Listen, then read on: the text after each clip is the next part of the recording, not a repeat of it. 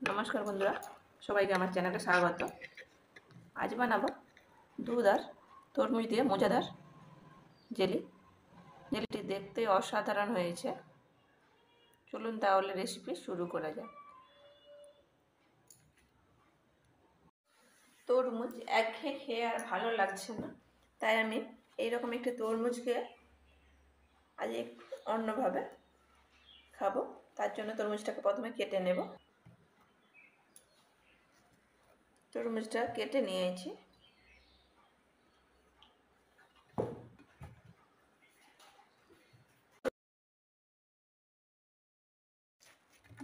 তরমুজটাকে ছোট ছোট টুকরো করে কেটে নেব।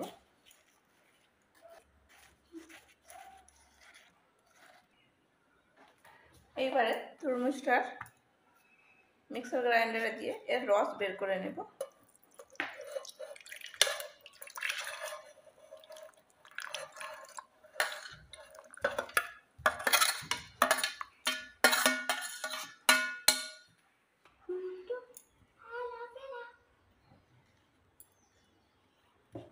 এইবারে তরমুজের রসটাকে একটু চাটনির সাহায্যে ছেঁকে নেব।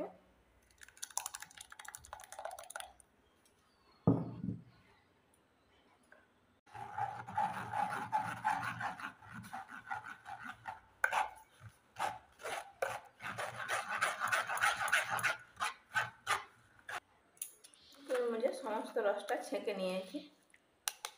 এই বীজ আর এই শক্ত অংশটা নেব না।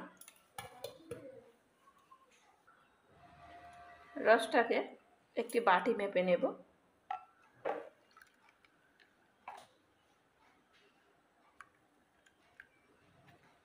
আমি এক বাটি নিয়ে নিলাম।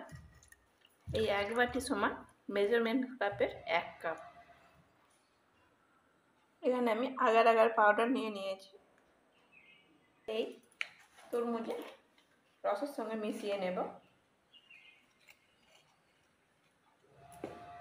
এখানে হাফ চামচ তরমুজের রসের সঙ্গে মিশিয়ে নেব, দিয়ে খুব ভালো করে মিশিয়ে নেব।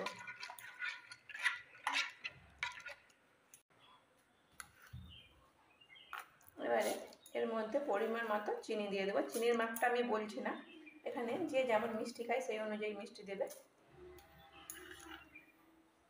যে যেমন মিষ্টি খান সেই রকম অনুযায়ী মিষ্টিটা দেবেন। এবারে এইটিকে ভালোভাবে ফুটিয়ে নেব। এই জেলির কালারটা যাতে আরও একটু গাঢ় হয় সেই জন্য দিয়ে দিলাম একটু রেড কালার। দিয়ে খুব ভালো করে মিশিয়ে নেব।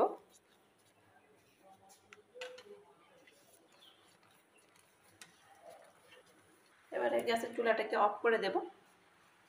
অনেকটাই ঘন হয়ে গেছে তরমুজের রসটা। এবারে এটিকে সেট হতে একটি পাত্রে দিয়ে দেব। এর সাহায্যে ছেঁকে নেব।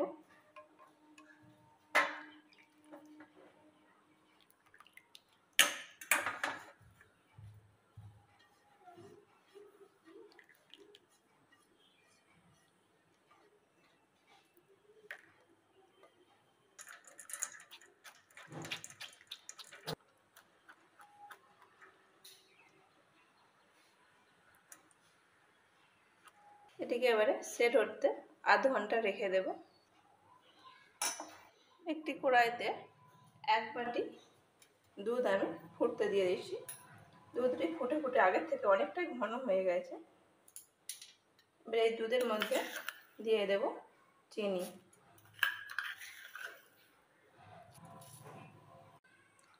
মোট 4 চামচ চিনি দিয়ে দিলাম। চিনিটা খুব ভালো করে মিশিয়ে নেব। একটি বাটিতে কিছুটা নরমাল জল নিয়ে নিয়েছি। এবার এর মধ্যে আগার আগার পাউডার দিয়ে দেব। হাফ চামচ আগার আগার পাউডার এই জলে দিয়ে মিশিয়ে নেব।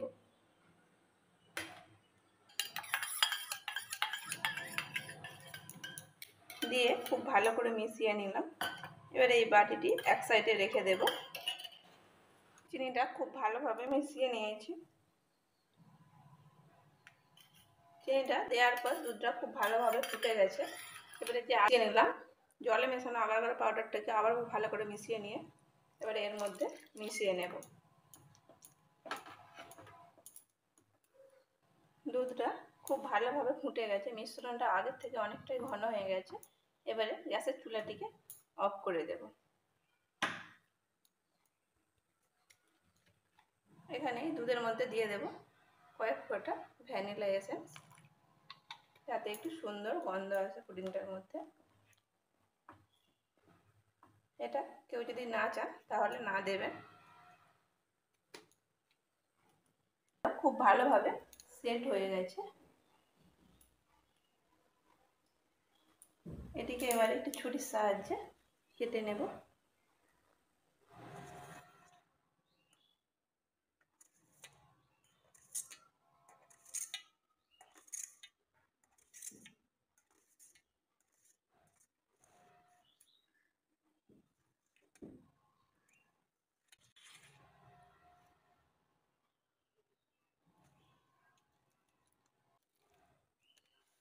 এই পাত্রে আমি পুডিংটা সেট করব, তাই প্রথমে এই তরমুজের জেলিটা দিয়ে একটু সাজিয়ে নেব।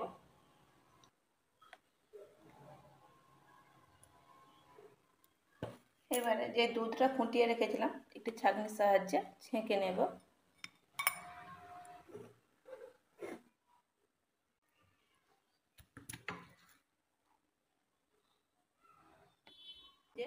যে বাকি তরমুজের জেলিটা ছিল সেটি এবারে উপর থেকে দিয়ে দেব।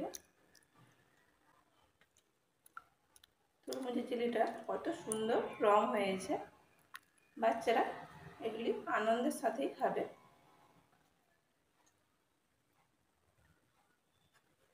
এটিকে এবারে সেট হতে রেখে দেব 2 ঘন্টা। এটিকে সেট হতে 2 ঘন্টা রেখে দেব নর্মাল ফ্রিজে। ফিরে আসছি 2 ঘন্টা পর। জেলিটা সেট হয়ে গেছে খুব সুন্দর। এইভাবে চাপ দিয়ে দিবে, সাইডগুলো আলগা করে নেব। এবারে একটি প্লেটে নিয়ে নেব।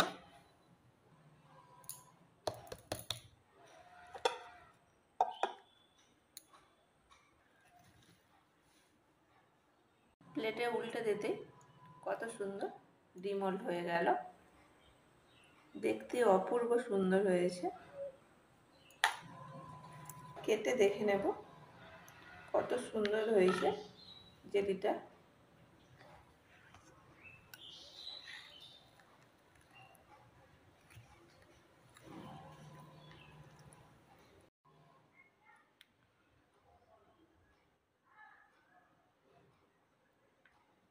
তরমুজ আর দুধের জেলিটা দেখতে অসাধারণ সুন্দর হয়েছে। রেসিপিটা ভালো লাগলে লাইক, শেয়ার, কমেন্ট করবেন এবং সাবস্ক্রাইব করে আমাকে সাপোর্ট করবেন। এতক্ষণ আপনাদের মূল্যবান সময় নিয়ে ভিডিওটা দেখার জন্য অনেক ধন্যবাদ।